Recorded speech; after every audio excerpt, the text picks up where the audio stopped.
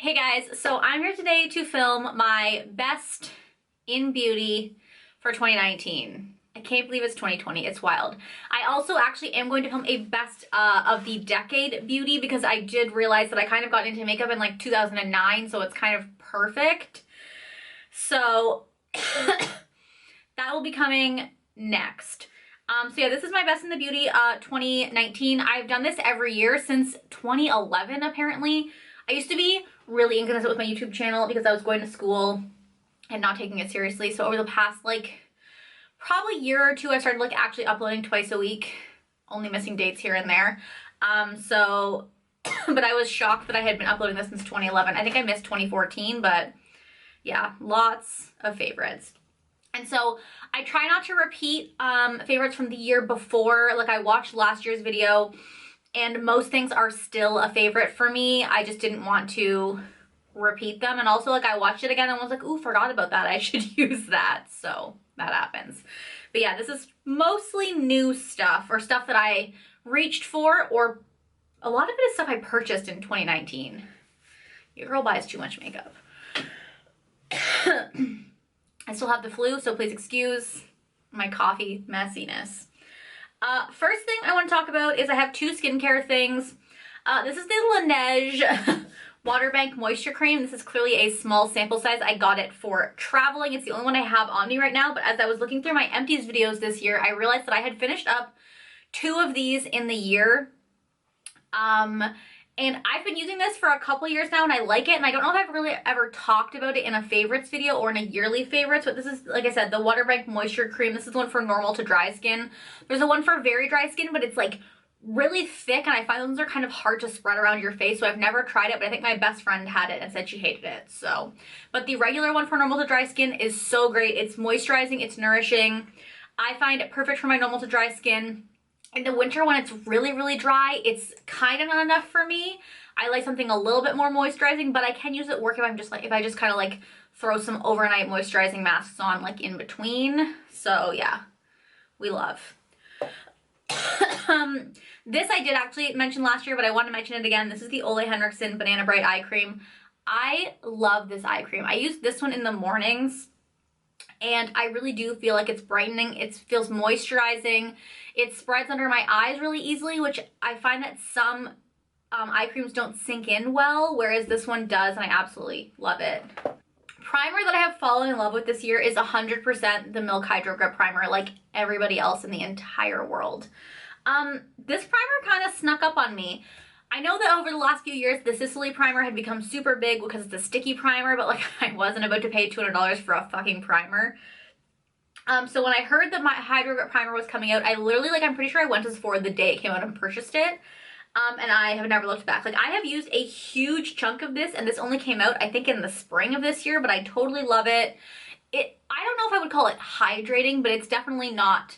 Like, a lot of long-lasting primers are kind of like mattifying and like dry out your skin, whereas this leaves a nice glowy kind of finish to your skin. It doesn't feel drying at all. It kind of leaves the moisture you have in your skin, and it does make foundation stick very well. I love this primer. I use it all the time, and when I want my makeup to stay, this is definitely what I use, so love that. For foundations this year, I have two to talk about. The first one I have to talk about is the Too Faced Born This Way foundation. I am in the shade Snow. I owned this once before, and I didn't love it. Like, to me, it wasn't dewy enough or glowy enough, or at the time, I didn't love the way it looked on my skin, but I repurchased it because I was like, oh, this is an okay foundation, and like everyone on YouTube talks about it. So I repurchased it, I think, late last year, and I love this foundation. It's what I'm wearing today, and while it's not a super glowy foundation, I like it for like an everyday foundation. Like when I just want to throw something on my face that I know is going to be easy and wear well, I use this. It has like a natural, I would say like a satin finish. Once I throw highlighter and a bunch of setting spray on it, it looks fine. It looks like glowy enough. It's not super dewy, so if you want a really glowy foundation, the next one is more so what you should look for, but this is a good like everyday foundation for everyone. I think it works for normal to dry and oily skin. Like, it just looks beautiful on my face. My mirror's over here. And it lasts well, and it's just like a no fuss everyday perfect foundation. Totally love it.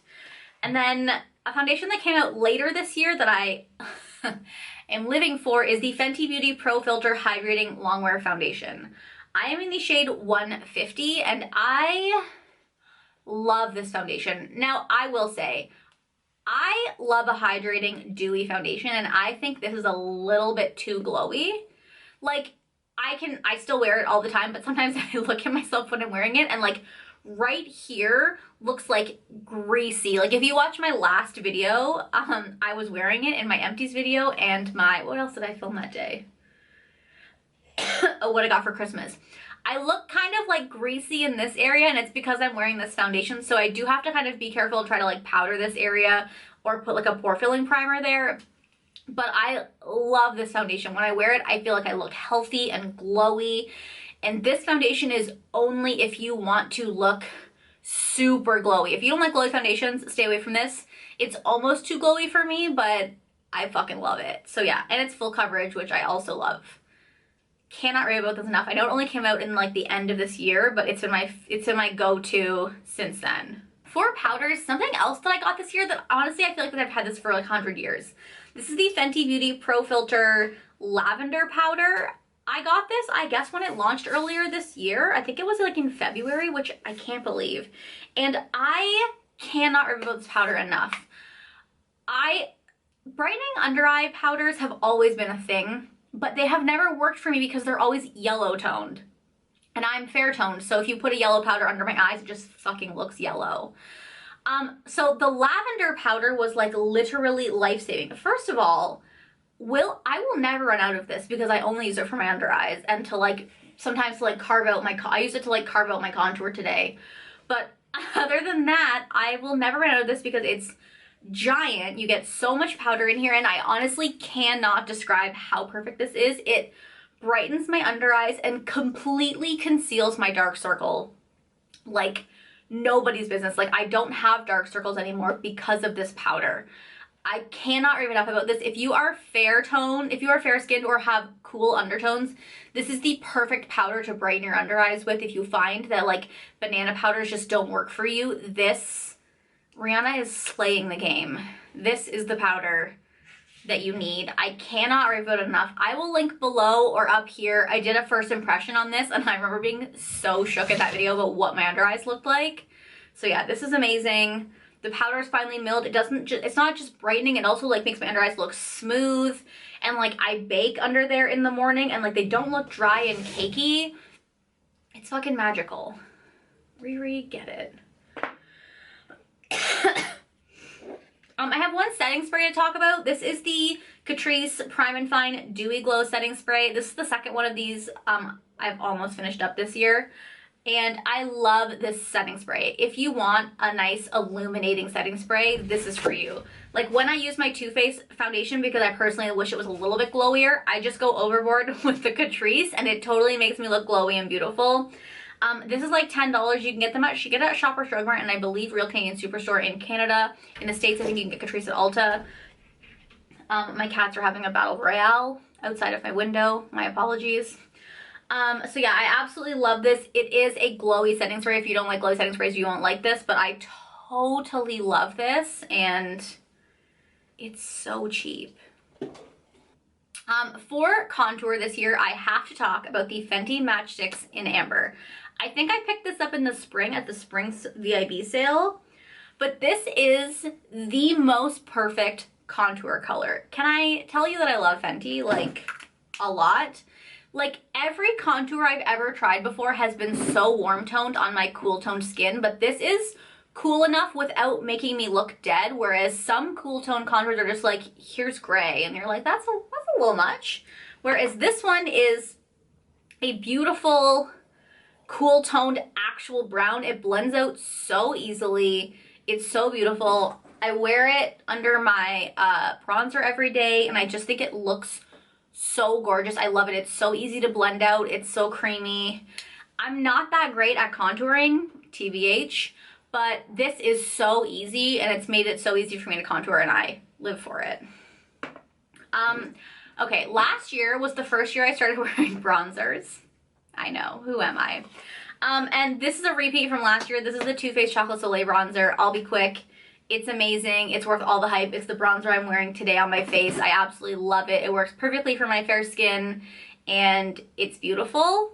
But another bronzer I picked up this year is shockingly Fenty. This is Fenty's bronzer in Inda Sun, and I just love the way this looks.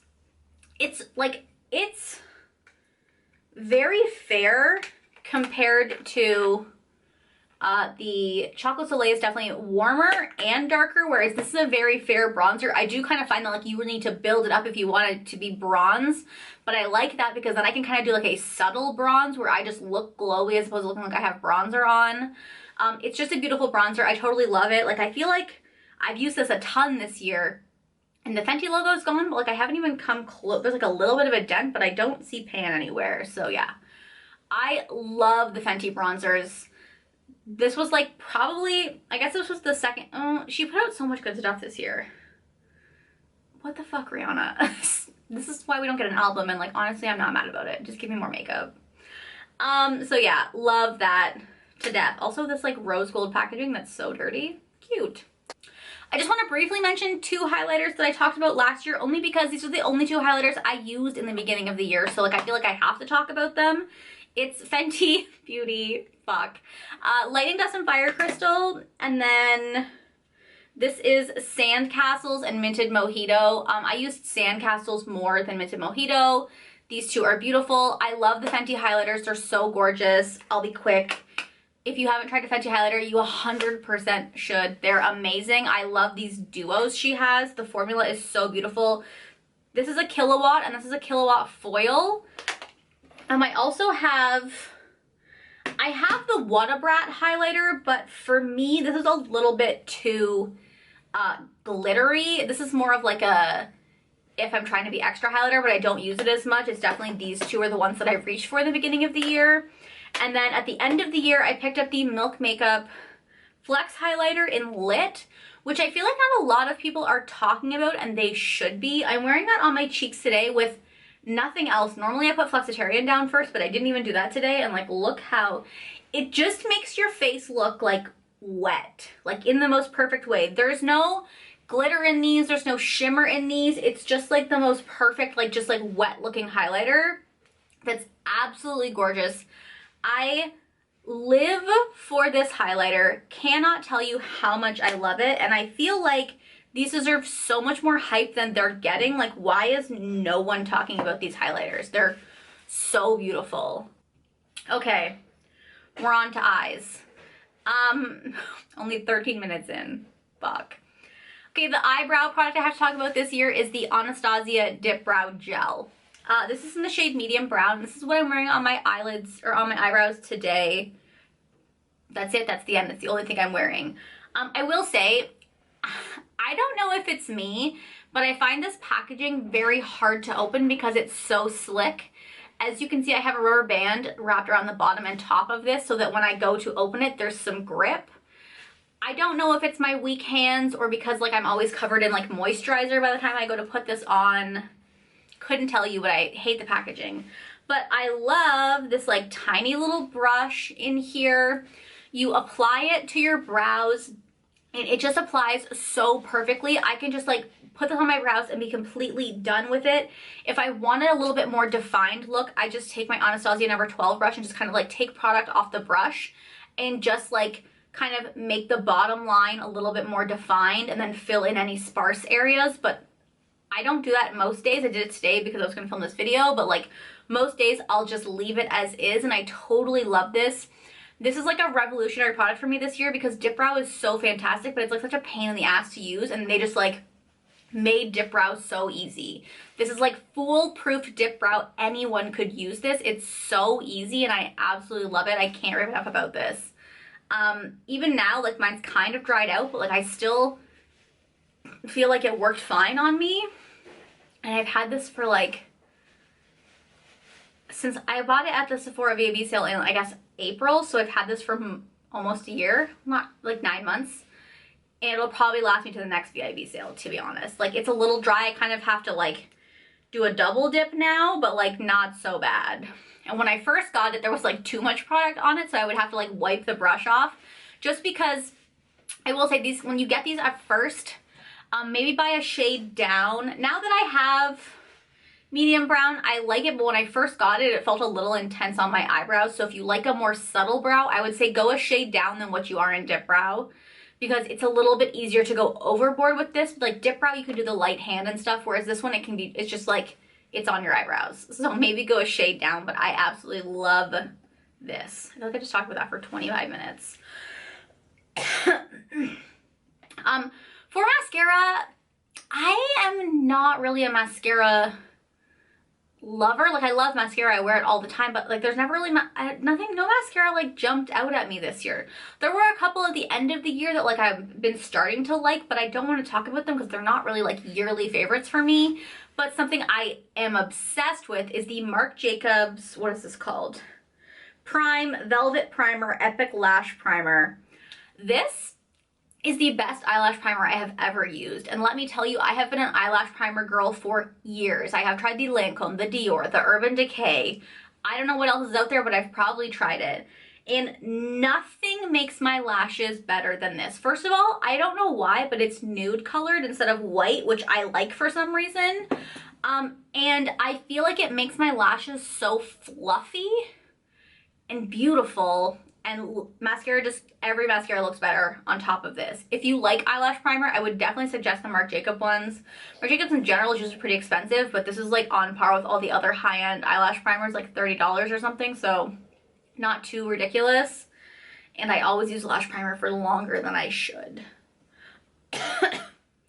Okay, for actual eyeshadows, the palette I loved for most of this year was the Anastasia Sultry palette. What's ridiculous about this is I had no desire to buy this palette. When I saw this palette, I was like, oh, this is just some basic ass neutral palette. The only color I liked in it was this cyborg color.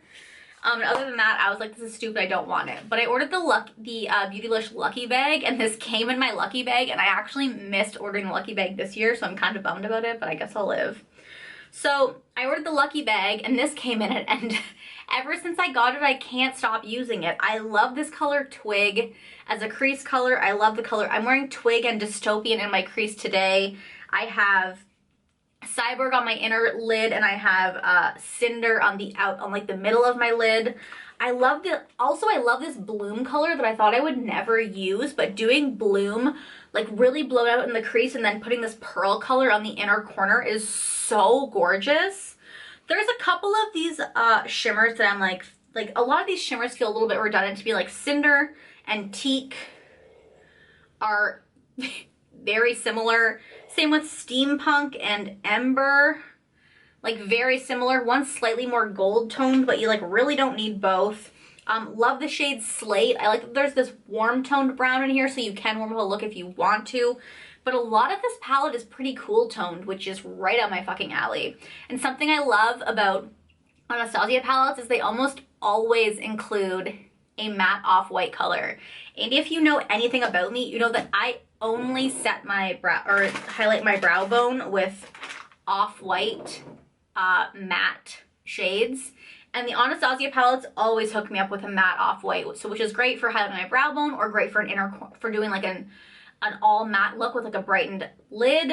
They just always give me one. And like, I know it's kind of stupid to be like, I need one on every palette, but I love it because then I can travel with a palette and not have to worry about bringing other shadows. Like if I'm traveling and I want to bring a palette, I have to bring a palette that has a matte white or a matte cream color so that I have a brow highlight. Like an inner corner highlight, I can just use my actual highlighter, but right here, this is necessary for me. So yeah, I loved this palette for like majority of the year, and I pulled it out again today because I haven't been wearing it the last couple months, and put it on, and I was like, wow, I love this palette. I totally forgot how much I loved it. The packaging is gorgeous. Anastasia palettes are just like fucking amazing, except for Subculture. Okay, this palette might be cheating, but I don't care. Since I bought this palette, I haven't been able to stop using it. It is honestly life-changing. Tati is a fucking game changer. This palette is worth all of the hype in the entire world. The glitters, if you go watch my last video and look at my fucking beautiful glittery black smoky eye, you'll die a little bit. And it was beautiful. I love all of the glitters in here. The mattes perform beautifully. Truthfully, the metallics I haven't really used that much because whenever I reach for this palette, I can't stop putting the glitter on. I do want to play around with the metallics more, but I just keep putting glitter on my eyelids. I can't stop myself. I love the sequins. I find they're best used if you kind of lay the matte down first and then press so that you can have some blending ability with it. And then you just kind of take the sequin and press the sequin over it on your finger to really press the glitter on. And it's so beautiful. It's like subtle, but like in the right light, you can see the glitter. It's so perfect. And I did do a comparison between the Tati sequins and like a matte with glitter from ColourPop in one of my favorites videos. And I will say that Tati's sequin shades have about 2 to 3 times the amount of glitter in the matte shade than other brands do, and I think that's what makes these stand out and what makes the glitter apply to your lid better, because a lot of it does fall away, but because it has more glitter, there's more options for it to stick. It's just absolutely beautiful. Whatever her next neutral or textured neutrals palette or textured whatever palette she comes out with is, I'm buying it. She's coming out with something on January 10th and I'm gonna die and I need it, but I think that's a different product. I don't know.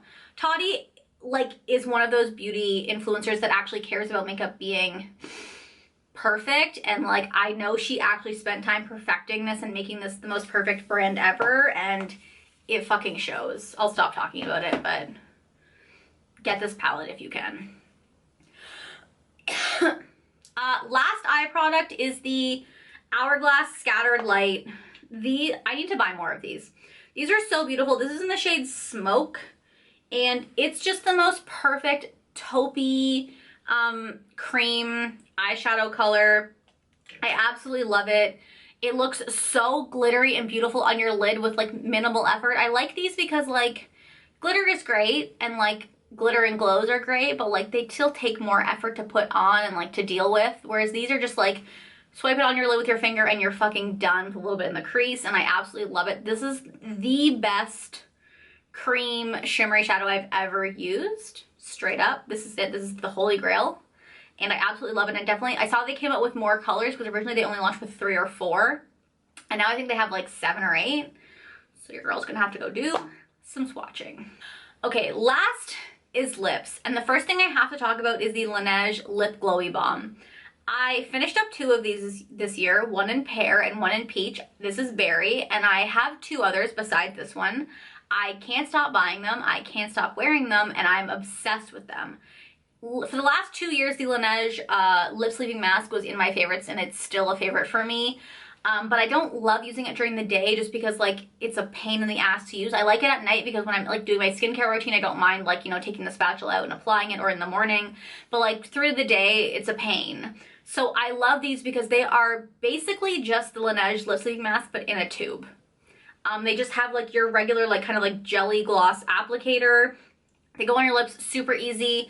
I personally hate lip gloss, and they're not too glossy for me. Like because they're glowy, but they are a lip balm, they sink into your lips pretty easily, especially because I have such dry lips. So they're not glowy for long. So for me, they don't seem like a gloss to me. I can't recommend these enough. They're amazing. For lips this year, the first half of the year really was all about the Saraya Jade breakup collection for me. I have all 4 of her original colors and 2 of the ones from Hot Topic. I had 3, but I broke one. I love the formula of these. Really, 2019 was like a step away from liquid lipstick year for me because like I can't with the matte on my lips anymore. I put the like lip glowy balm down before I put on my liquid lipsticks, and I still, with like the really matte ones, I can't do it. But this formula is super comfortable. It's definitely not your regular liquid lipstick. It's definitely more of like a moussey formula. Super comfortable on your lips, not drying. Love it. I love the color selection. She has kind of your 2 more nude colors. Today I'm wearing Rebound on my lips. She's got this beautiful kind of dirty red, a brown, and then I also have this kind of plummy color and a brighter red from her Hot Topic collab. And she did just come out with 4 new brown toned nudes. And I guess my next favorite for this year would be nude lipsticks. I've been really into nude lipsticks this year and kind of moving more into regular lipsticks in the last half of the year.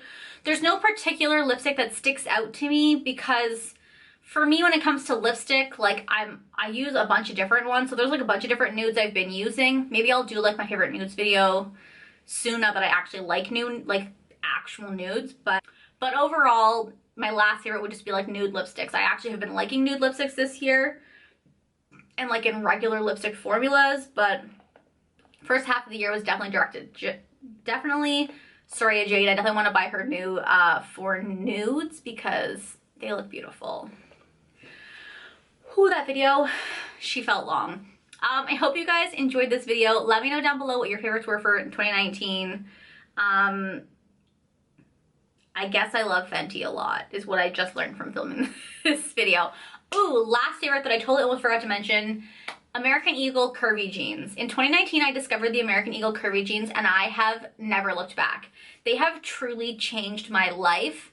I went up a few dress sizes in 2019, or like between 2018 and 2019, and finding pants for me was always difficult. The only pair of pants I'd ever found that actually fit my body were Fashion Nova, because they have hips and then they go small in the waist, whereas most jeans that fit my thighs and hips would be baggy in the waist or big in the waist. And even if I wore a belt, it just didn't cinch me as well as like pants that like actually had the right waist size for me, and I hadn't been able to find a pair that fit me very well.